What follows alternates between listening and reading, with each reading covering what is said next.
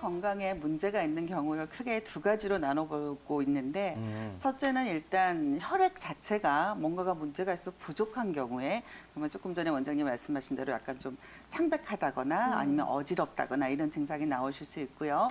또 하나는 혈액 자체는 문제가 없는데 뭔가가 그 혈액이 흐르는 통로, 즉 혈관에 문제가 생겨서 뭔가가 그러니까 순환이 잘 안 돼서 생기는 어디가 저린다거나 아픈다거나 이런 증상이 있는 경우가 있기 때문에 저 같은 경우는 아무래도 좀 저희는 이제 스트레스도 많이 받고 보니까 가장 그 혈관 건강, 이게 순환이 잘 되도록 늘 이제 뭐 퇴근 후에 운동을 열심히 한다거나 아니면 스트레스 조절을 하려고 굉장히 노력을 하는 편이죠.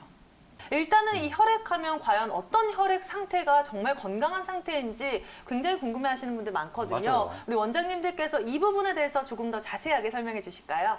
이제 혈액 검사를 하면 네. 제일 신경 쓰는 부분이 보통 콜레스테롤이잖아요. 그쵸. 그런데 사실 콜레스테롤은 그 자체가 아주 나쁜 성분은 아니에요. 왜냐하면 인체에 콜레스테롤이 상당히 필요하거든요. 그쵸. 그래서 콜레스테롤은 일단 세포를 파괴되는 걸, 세포막이 파괴되는 걸 막아주고 그다음에 굉장히 중요한 성호르몬을 이렇게 도움이 되는 거기 때문에 인체에 반드시 필요한 성분인데 그게 이제 과잉되면 문제가 생기죠. 그래서 특히 이제 콜레스테롤 수치를 이렇게 검사를 하시면 총 콜레스테롤, 중성지방, HDL, LDL 이렇게 네 가지로 나와서 검사를 하는데 일단 제일 중요한 거는 중성지방 같은 경우는 몸을 좀 유지하는데 기본이 되지만 그게 지나치면 이제 혈관에 쌓이게 돼서 뭐 고지혈증이라든지 조금 더 나아가서 동맥경화까지 일으킬 수 있기 때문에 중성지방 수치가 너무 높으면 안 돼서 정상 수치를 한 200 정도로 보고 200 이상이면 좀 조심을 하셔야 되고 그다음에 LDL과 HDL이 있는데 되게 환자분들이나 보통 분들이 좀 헷갈리시는데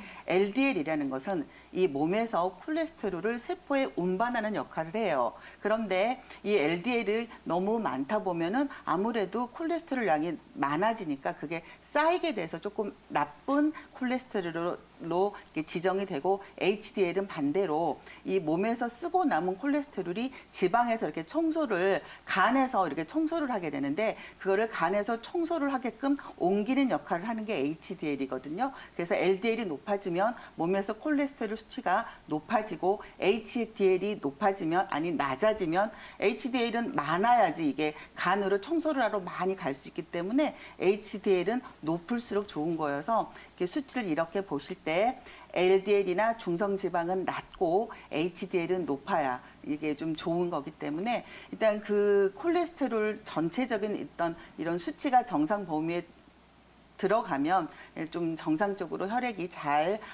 가지고 있다 아니면 그 수치가 높거나 낮은 정상치를 벗어나면 아 나한테 약간 혈액에 문제가 있다 생각을 하시고 제일 중요한 건 아무래도 음식이겠죠. 그래서 너무 뭐 기름기가 많은 음식, 인스턴트 이런 거 조금 자제하시고 몸에 좋은 뭐 채소라든지 버섯이라든지 아니면 그런 거를 잘 섭취를 하셔서 혈액 건강을 콜레스테롤 관리를 잘 하시는 게 제일 중요할 거라고 생각이 듭니다. 혈액에 좋은 음식, 피를 좀 맑게 해주는 음식 어떤 것들을 선택해서 먹으면 좋을까요? 일단 혈액이 제가 처음에 말씀드렸듯이 혈액에 문제가 있는 경우는 적혈구가 작아서 산소 운반하는 역할을 잘 못하는 경우가 있고 두 번째는 혈관에 뭔가가 때가 껴서 그런 경우가 이제 그 혈액순환이 안 돼서 산소포하다가 말초까지 안 가는 경우 두 가지로 나눠볼 수가 있는데요. 첫 번째, 일단 적혈구수가 작은 거 그런 경우는 보통 이제 빈혈이라고 말씀을 드리죠. 그래서 빈혈이 생기는 원인은 첫 번째 철분이 부족한 경우, 그다음에 비타민 B12번, B12가 적은 경우, 그다음에 엽산이라 그래서 엽산이 작은 경우에 일단 그 적혈구 수치가 작게 되죠. 그래서 이런 성분이 많은 음식을 살펴보면 첫 번째 그 간이라 그러죠. 그래서 생간을 네. 먹으면 그게 이제 철분 보충에 좀 도움이 되기 때문에 특별히 빈혈이 조금 심하신 분들은 간을 좀 생으로 먹기가 조금 불편하시면 익혀서 먹는 방법이 있고요. 그다음에 조개 같은 어패류가 좋아요. 그래서 바지락 같은 거 조금 드시도록 하시고요. 그다음에 과일 중에서는 토마토, 이 빨간색 라이코펜이 많이 들어있는 토마토가 일단 헤모글로빈 수치를 높여주는 데 영향을 주고, 한방에서는 역시 빨간색으로 대추가 좋고요. 그다음에 채소 중에서는 비트라고 있어요. 자주색 빨간색 레드 비트가 굉장히 그 빈혈에 좋기 때문에 조금 드시도록 하시고, 그다음에 두 번째, 콜레스테롤이 혈관에 쌓여 혹시 본인이 고지혈증을 갖고 계시거나 동맥경화 우려가 있으신 분들은 증상이 일단 손발이 저리고 그다음에 자주 붓게 되고 그다음에 이유 없이 자꾸 근육이 이렇게 뭉치고 좀 무겁고 그다음에 잠을 자고 일어나도 계속 피곤한 상태가 유지가 되는 경우는 아무래도 거기는 음식보다는 어떤 규칙적인 운동을 하신다거나 조금 더 적극적으로 한의원에 오셔서 침이나 부항 치료를 하시면 전체적으로 혈액순환이 좋기 때문에 일단 부족한 경우는 음식 섭취로, 그다음에 좀 막힌 경우는 침이나 부항을 통해서 좀 이 막힌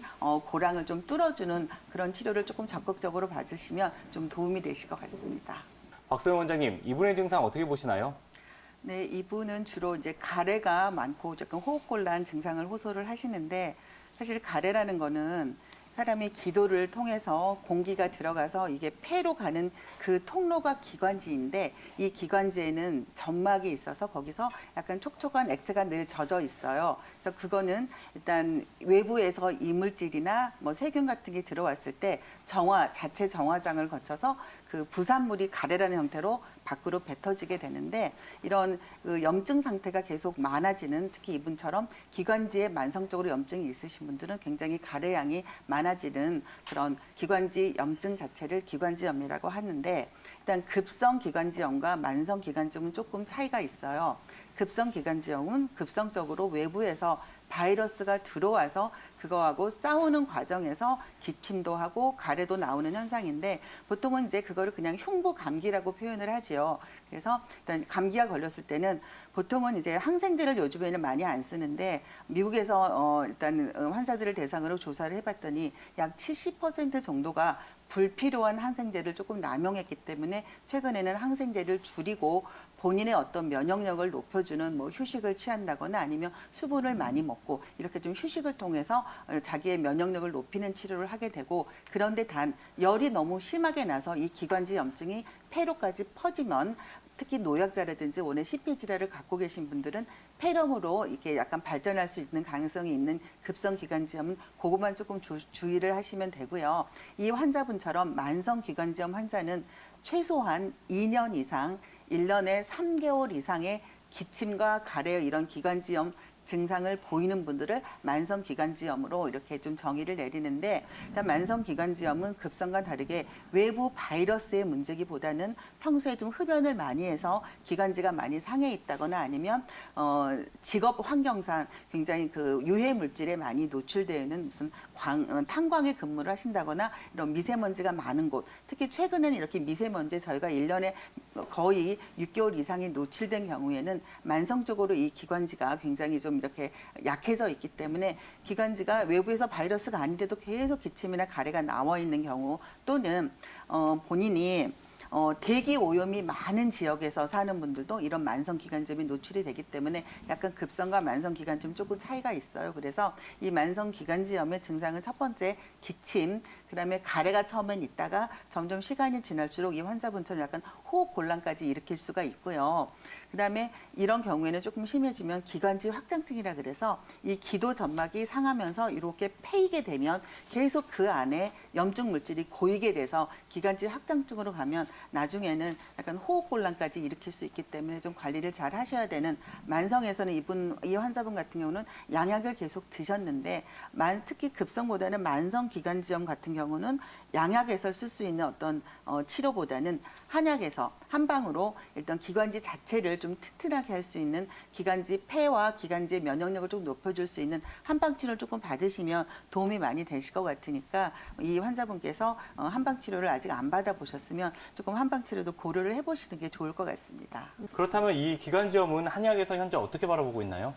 네, 이제 기관지염이라 그러면 보통 폐 기능만 생각을 하시는데, 인체의 장기 중에서 기를 주관하는 장기는 폐가 맞습니다. 그래서 이 폐에 뭔가 문제가 있을 때 이제 이런 기관지염이 만성적으로 생기는데 폐도 두 가지가 있어요. 처음에 제가 말씀드렸듯이 기관지나 폐는 약간 촉촉해야지 그게 문제가 없는데 폐음이 부족하다 그래서 이런 점막이 많이 말라 있는 경우에 이렇게 폐의 면역력이 떨어지기 때문에 이런 경우는 폐음 부족에 해당되는 경우입니다. 그럴 때는 폐음을 보충해주는 맹문동이나 이런 약을 써서 일단 윤폐, 폐를 촉촉하게 해주는 치료를 하셔야 되고 또 하나는 폐 기운 자체가 기를 주가는 폐 기능 자체가 이게 많이 이렇게 저하가 돼서 폐의 어떤 그 운동력이 많이 약해졌을 때 이때는 폐기 부족에 해당되는 경우이기 때문에 이럴 때는 환기 같은 약간 보기제를 써서 치료를 하셔야 되는 경우가 있고 그다음에 폐 이외에도 몸에 음액을 말리는 어떤 기전이 작동을 하면 몸에서 물과 불의 균형이 깨졌을 때 어떤 경우냐면 음이 부족한 경우, 곧 물이 부족한 경우는 뭔가 비정상적인 열이 많을 때 화가 많을 때 이게 몸의 음액을 잡아먹게 되잖아요. 그래서 일단 몸에 화가 났든 심장에 화병이 있는 경우에도 사실 이게 약간 폐음 부족으로 갈 수 있기 때문에 심장에 화가 있다거나 또 하나 비위, 소화 기능에 위열증이라 그래서 열이 너무 꽉 차 있는 경우에도 계속 이 비정상적인 화열이 몸에 있던 건강한 음액을 이렇게 갉아먹기 때문에 이런 화가 조금 치성한 경우에는 오히려 화를 치는 치료도 해야 되기 때문에 일단 병원에 가셔서 한의사 선생님한테 정확한 진단을 받아서 어느 경우에 해당되는지 좀 치료를 하셔야 되고 또 하나 중요한 게 아무래도 이런 해수나 기침 이런 거는 노약자분들 특히 좀 연세가 드신 분들한테 많은 원인이 일단 폐는 기를 받아들이지만 가장 근본이 되는 인체의 정을 이렇게 저장하는 장기는 신장이라고 하죠. 그래서 한방에서는 주납기라고 해서 폐에서 받아들이는 기를 저 아래 저장을 했다가 온 몸에 이렇게 퍼뜨려드는 가장 근원적인 힘이 신장입니다. 그래서 연세가 드셨거나 아니면 좀 병이 오래되신 경우에 이런 신장의 가장 뿌리가 되는 힘이 약해져 있을 때도 신기가 허할 때도 이런 좀 만성적인 기관지염이라든지 이런 기관지염 또는 뭐 이런 호흡기 쪽에 문제가 있을 수 있기 때문에 이럴 때는 오히려 신정을 조금 보호할 수 있는 보약 계통, 무슨 녹용이나 이런 것을 써서 보약을 써서 일단 신정을 조금 채워주었을 때 일단 폐가 정상적인 역할을 할 수 있기 때문에 각각 정확히 판단을 하시는 한의사 선생님한테 진단을 정확히 받으시고 적절한 치료를 받으시는 게 현명한 대처 방법입니다. 이와 함께 또 마지막으로 기관지 건강에 도움이 될 수 있는 또 다른 팁 박소연 원장님께서 정리를 해주실까요?